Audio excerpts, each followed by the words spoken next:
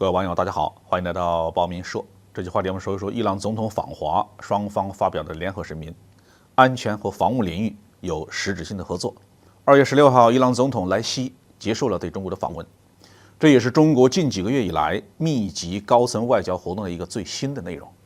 双方发表的联合声明延续了传统的友谊，强调了伊朗加入上海合作组织和金砖国家组织的期望。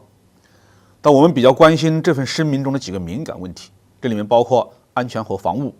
伊朗的核问题，还有对国际热点事务的认识。在安全和防务领域声明用很大的篇幅讨论了反恐的问题。虽然美国一再把伊朗指责为支持恐怖主义的国家，但实际上伊朗是国际反恐活动的重要参与方，它本身也饱受恐怖活动之苦。美国对伊朗反恐力量的排斥，反而恶化了世界反恐局势。中国对伊朗反恐工作的肯定，对于世界反恐事业来说是起到了正本清源的重要作用，有利于中国乃至中亚、西亚共同的反恐事业。在防务话题下面双方不但同意开展多层次的军事对话合作以及联合演训，还有一个非常重要的信息，那就是2023年内在北京召开两国公安内政安全联合工作组第4次会议，开展公安内政方面的合作，这对于中国和伊朗来说都是非常关键的。中伊两国都是美国情报部门刺探和颠覆的重点。近几年来，伊朗的科学设施和科学家屡次遭到破坏或刺杀，损失惨重。而新中国与美国斗争了70多年，虽然遭受过一些损失，但总体来说是有效地保卫了我们国家的安全，守住了国家的机密。特别是近几年来，由于国家保密和反间谍工作的卓有成效，美国情报部门是多次公开表示，对华情报活动，特别是人力情报活动，已经陷入了极大的困境。因此中国是有相当多的经验、战术和技术可以同伊朗进行交流。而伊朗作为西亚的一个大国，有自己独特的情报资源和政治保卫架构，可以同中国共享一些非常宝贵的秘密情报，帮助中国来保卫国家安全，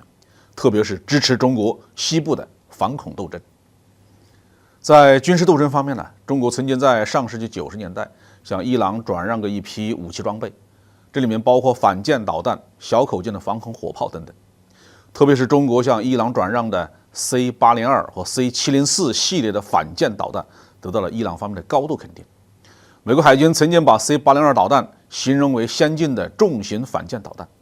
虽然这种导弹的技术现在看来有些落后了，但是依然能够在霍尔木兹海峡发挥很大的威慑作用。目前联合国对伊朗的武器禁运已经过期，中国有合法的权利继续向伊朗转让先进武器装备，美国是没有权利阻止，也没有办法阻止的。另外一个敏感话题就是伊朗的核问题。双方重申了联合国安理会第2231号决议，确保伊朗核计划的和平性质。双方还重申了国际原子能机构大会的533号决议，指出专用于和平目的的核活动和核设施应免于被袭击，这样的行为应该遭到谴责。这样的联合声明意味着伊朗通过中国做出了承诺，自己的核事业以及核技术的发展是用于和平目的。至于美国人相信还是不相信，那是他们自己的事儿了。双方还共同表达了对一些敏感地区事务的立场，其中最为引人注目的当然就是乌克兰和叙利亚了。在这两个地区发生的武装冲突与伊朗有着更加直接的联系。中国和伊朗达成一定的共识，对于稳定这两个地区的局势，尽早结束武装冲突有着非常重要的意义。而且中伊双方达成了一致的意见，意味着无论乌克兰冲突和叙利亚内战在什么时候结束，以什么形式结束，都不太可能让西方世界称心如意。在莱西总统访华之前国外的媒体就做出了各种猜测，其中比较流行的一种认为中国领导人访问沙特以后，导致了什叶派的伊朗政府不满，所以莱西访华是为了讨个说法。但是从联合声明中我们可以看出，中国完全没有介入伊朗和沙特的教派之争，伊朗也没有为此讨要说法的意图。双方所关心的是如何排除霸权主义的恶劣影响，维护地区和国际安全，是全人类的和平与发展。从某种程度上说，中伊两国也是被美国逼着走到一起来维护世界和平的。好，这期话题我们就评论到这里。